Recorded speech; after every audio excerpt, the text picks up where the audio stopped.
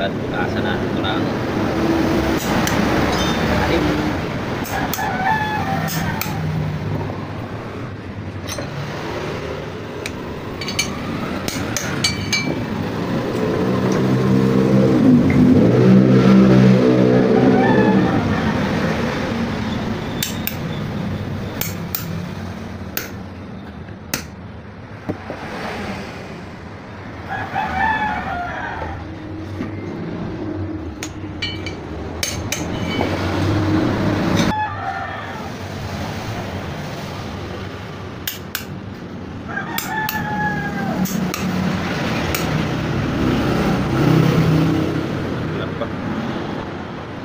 Kailangan kumain ng gagawin natin mga ganito, makunat na gulong. Huwag mong maluto.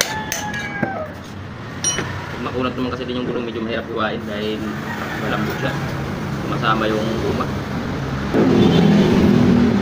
Ngayon lagyan din natin ito ng maliit na butas. Natin ma-discard yung konti. Para yung ating customer ngayon ituturo ko tayo sa iba.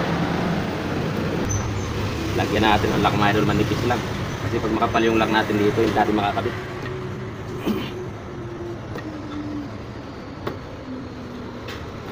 Tahanin lang natin pag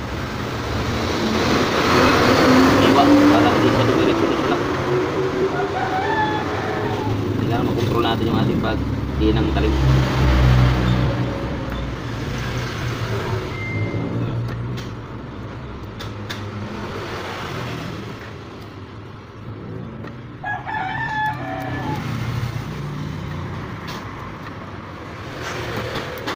Mga idol, at palit tayo ng talim. Kininis ko na. Kailangan natin kinisin ng kunti ito. At lalagyan pa natin ng design to para lumambot. Ito na mga idol.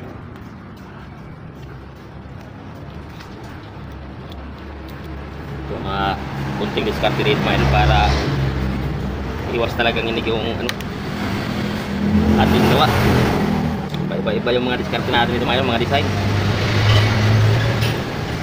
Yan. Tanggalin na natin.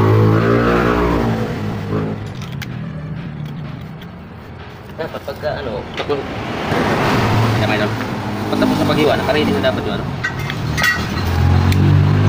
at puputasan pa natin ito mga idol. Tanggalin ito. Papalambutin pa natin lalo.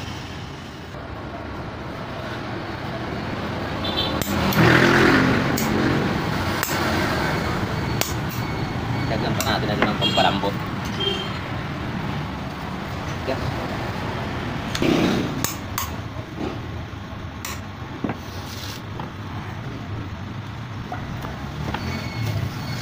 Ito naman yung binagdag natin butas. Kakabitan natin ngayon sa housing.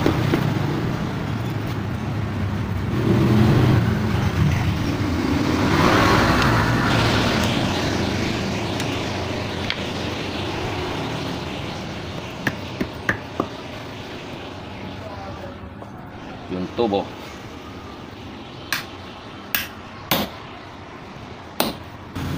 Ayan, ito na po ang ating finished product mga idol. Kung nagustuhan nyo naman po ang ating video, paki-follow naman po sa ating munting channel at paki-share na rin. Samahan nyo na rin po ng like mga idol.